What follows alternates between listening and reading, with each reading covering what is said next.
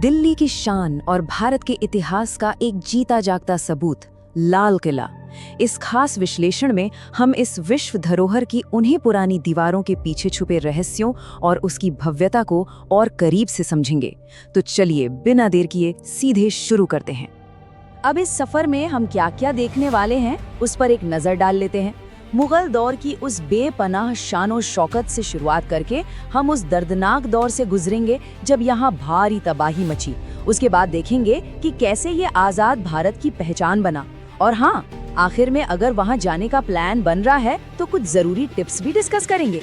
तो कहानी शुरू होती है 17वीं सदी से, जब सम्राट शाहजहां ने एक बहुत बड़ा और ऐतिहासिक फैसला लिया था, अपनी राजधानी को आगरा से एक बिल्कुल नए शहर यानी शाहजहानाबाद लाने का।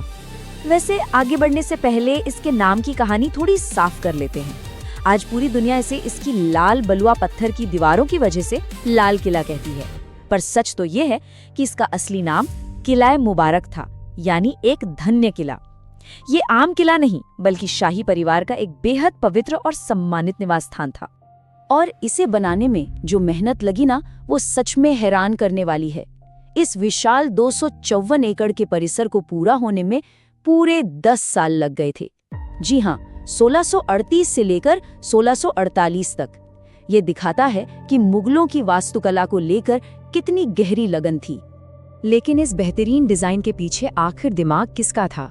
दरअसल वो कोई और नहीं, बल्कि वही महान वास्तुकार थे जिन्होंने ताजमहल बनाया था, उस्ताद अहमद लाहौरी।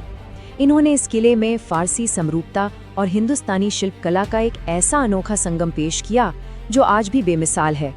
चलिए अब सिर्फ बाहर से नहीं, बल्कि इस किले की जादुई वास्तुकला के अंदर चलते हैं, बिल्कुल वैसे ही जैसे उस जमाने में कोई शाही मेहमान इस किले में कदम रखता होगा। जैसे ही हम इसके मुख्य पश्चिमी प्रवेश द्वार यानी लाहौरी गेट से अंदर आते हैं, तो स्वागत करता है एक गुंबदार छत वाला बाजार, जिसे छत्ता चौक कहते हैं। ये खास तौर पर रईसों के लिए बनाया गया था। इसे पार करते ही आता है नौबत खाना या ड्रम हाउस, जहां रोजाना शाही कार्यक्रमों के दौरान संगीत की धुनें गूंजा करती थीं। और अंदर जाते ही शाही दरबार के दो अलग अलग रंग बिल्कुल साफ दिखाई देते हैं। एक तरफ है लाल बलुआ पत्थर से बना दीवाने आम, जो आम कानूनी मामलों और जनता के लिए था, और दूसरी तरफ है दीवाने खास, जो पूरी तरह से सफेद संगमरमर और बेशकीमती रत्नों से जड़ा था। ये जगह सिर्फ और सिर्फ खास शाही मेहमानों के लिए ही तय थी। इस दीवाने खास की भव्यता कुछ ऐसी थी कि इसने उस मशहूर फारसी शिलालेख को प्रेरणा दी। 17वीं सदी के उस माहौल में अमीर खुसरो के वो शब्द यहाँ आज भी महसूस होते हैं, अगर पृथ्वी पर कहीं जन्नत है तो वो यही है, यही है, यही है। ये शब्द उस वक्त के मुगल दरबार की उस अलौकिक सुंदरता को बिल्कुल सटीक ढंग से बयां करते हैं। थोड़ा और अंदर चलते हैं तो शाही परिवार के बिल्कुल निजी हिस्से आते हैं, जैसे शाही महिलाओं के लिए शीशों की पच्चीकारी वाला खूबसूरत रंग महल और सम्राट का अपना कमरा खास महल। एक सबसे दिलचस्प बात है नहरे बहिश्त यानी स्वर्ग की नदी। ये पानी की नहरें इसलिए बनाई गई थी ताकि उन आलीशान कमरों को ठंडा रखा जा सके। और हाँ, बाद में सम्राट औरंगजेब ने इसी हिस्से में संगमरमर की एक छोटी और बेहद खूबसूरत मोती मस्जिद भी जुड़वा दी थी।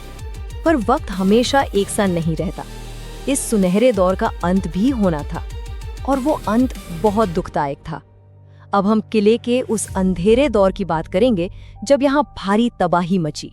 ये पतन दरअसल बहुत तेजी से शुरू हुआ। 1739 में फारसी आक्रमणकारी नादिर शाह ने यहाँ आकर सारा खजाना लूट लिया, जिसमें वो मशहूर मयूर सिंहासन भी शामिल था। फिर 1760 में मराठों ने अपनी सेना के लिए धन जुटाने के मकसद से यहाँ की चांदी की छतों को पिघला दिया। और फिर आया 1857 का विद्रोह, जिसके बाद इस पूरे किले पर अंग्रेजों का पूरी तरह से कब्जा हो गया। 1857 के बाद जो हुआ वो सच में चौंका देने वाला है। जरा इस आंकड़े पर ध्यान दीजिए। किले के अंदर के जिन हिस्सों को हम इतना खूबसूरत मानते थे, उन नाजुक महलों, मंडपों और बागीचों का लगभग 80% हिस्सा, जी हाँ 80% हिस्सा अंग्रेजों ने व्यवस्थित रूप से मिटा दिया। सिर्फ 20% ढांचा ही बच पाया था।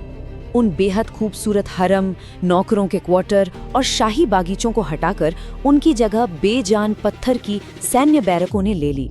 इस पूरे ऐतिहासिक स्थल को एक आम मिलिट्री छावनी में बदल दिया गया था। इस एक कदम ने लाल किले की उस पुरानी वास्तुकला की संगीतमयी लय को हमेशा के लिए तोड़ दिया। लेकिन कहानी यहाँ खत्म नहीं होती। इतनी तबाही और दुख झेलने के बाद 20वीं सदी में इस लाल किले का एक नया और शानदार पुनर्जन्म हुआ। ये बन गया एक नए आजाद और आत्मनिर्भर देश की उम्मीद का सबसे बड़ा प्रतीक। चलिए इसके नए ऐतिहासिक सफर को देखते हैं।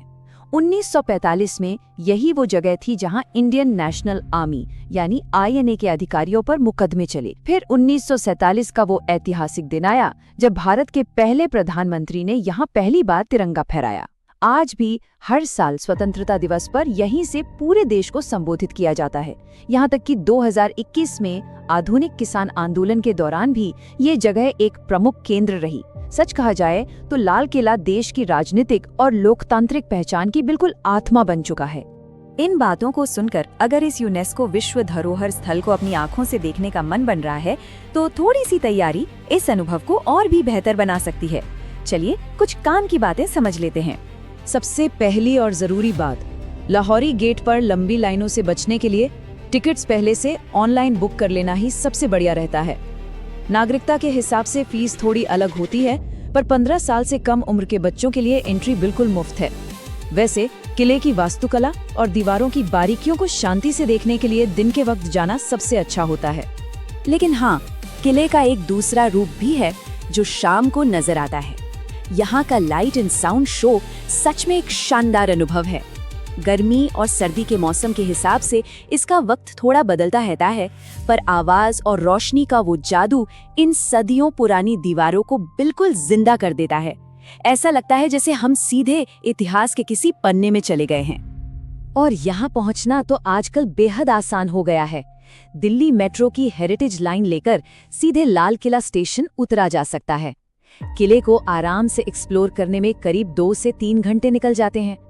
और जब वहां जा ही रहे हैं तो बगल में ही मौजूद पुरानी दिल्ली की हलचल भरी ऐतिहासिक गलियों में घूमना या जामा मस्जिद और चांदनी चौक का स्वाद चखना बिल्कुल नहीं भूलना चाहिए।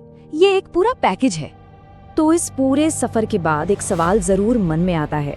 जैसे जैसे वक्त गुजर रहा है और प्रदूषण की वजह से इन लाल दीवारों का रंग थोड़ा फीका पड़ रहा है, तो समाज और आने वाली पीढ़ियां इस बदलती हुई ऐतिहासिक धरोहर की हिफाजत आखिर कैसे करेंगी? ये एक ऐसी चुनौती है जिस पर हम सबको गंभीरता से सोचना होगा। खैर, इस सवाल के साथ आज की यह चर्चा यहीं समाप्त होती है।